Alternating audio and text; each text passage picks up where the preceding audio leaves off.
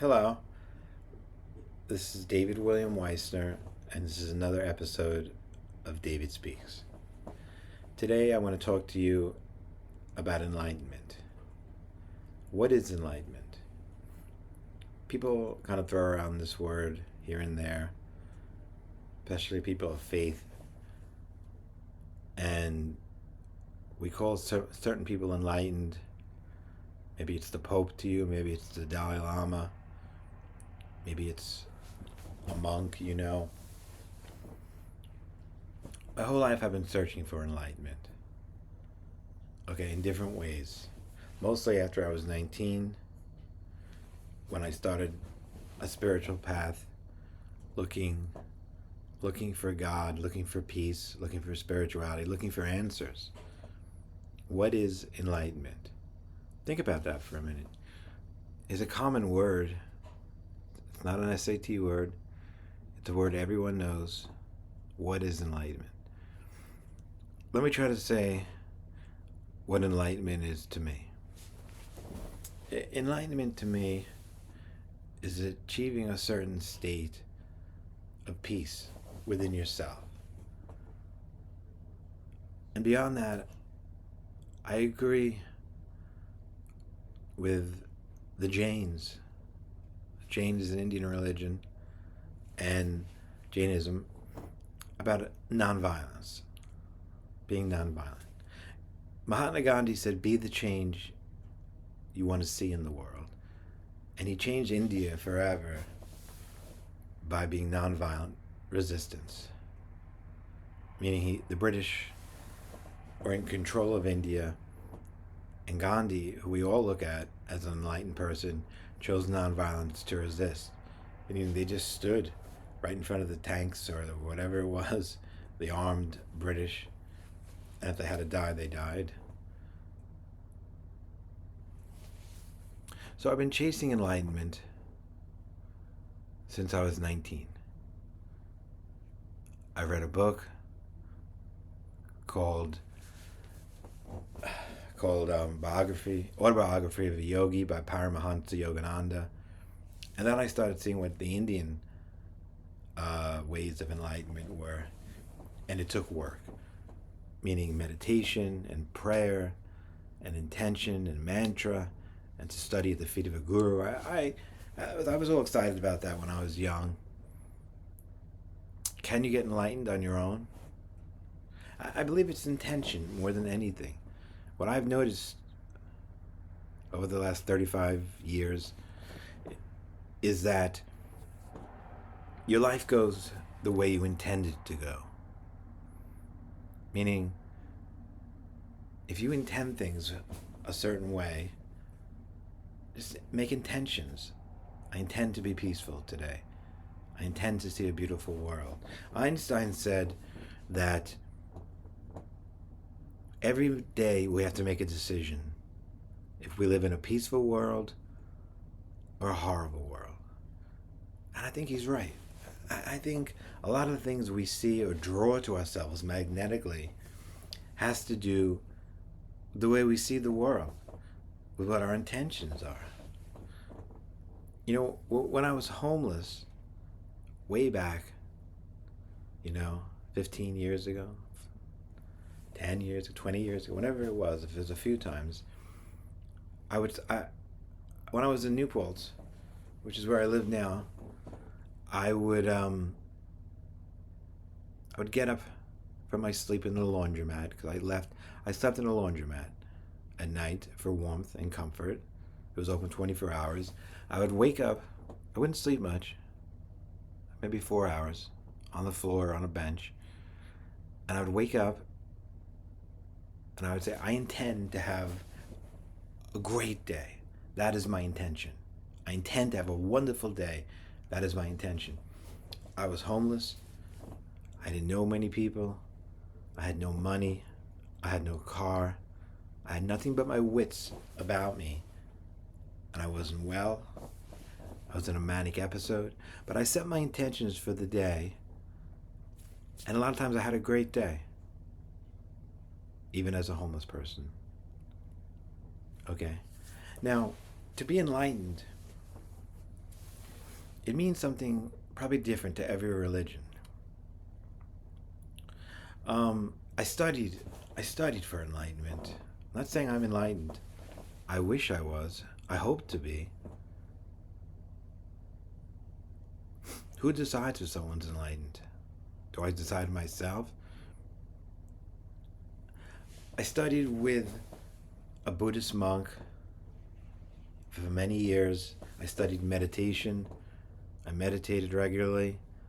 I studied Buddhist philosophy. I studied mantra from a Jain monk, a Muni. I did these mantras constantly, constantly. And when I was in jail, both in California and in New York, I spent all night doing these mantras. Om Namo Orientanam, Om Namo Siddhanam, Om Namo Vijnanam, Om Namo Loe Savashonam, Esopancha Numakado, Savapavananso, Mangalamaka Savazim, Paramaveha Mangaliam. That's a mantra in Sanskrit. It's an ancient mantra. And I did like 8 hours a night. What does the mantra do? A lot of things. It's supposed to, according to the books, it's supposed to literally remove karmic particles from your aura, and it protects you. And the guru said in the book, he said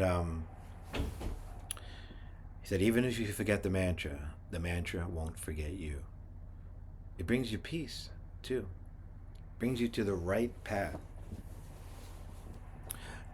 It's a translation I'm not going to tell you in English, but it has to do with humility.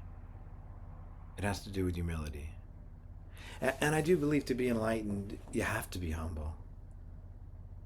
And to know there's one God above us, and we are his children. Enlightenment to me is about being of peace, about wishing no ill to any man or woman or animal or anyone. To me, enlightenment is peace in the heart. People talk about, in Buddhism especially, about living in the now, living right now, right in the moment. Because if you live in the now, most of the time, unless you're in pain and suffering from cancer or some other debilitating disease or injury, most of the time we're not in pain. But when we look to the past, we dwell on things that had hurt us, things that were bad, and that causes us suffering in the mind. But suffering in the mind is real suffering. And if we dream about the future all the time, we worry, and the worry takes away from our peace, from our enlightenment. So in Buddhism, especially in meditation, and other religions too, we want to live right in the moment and just have peace in the moment.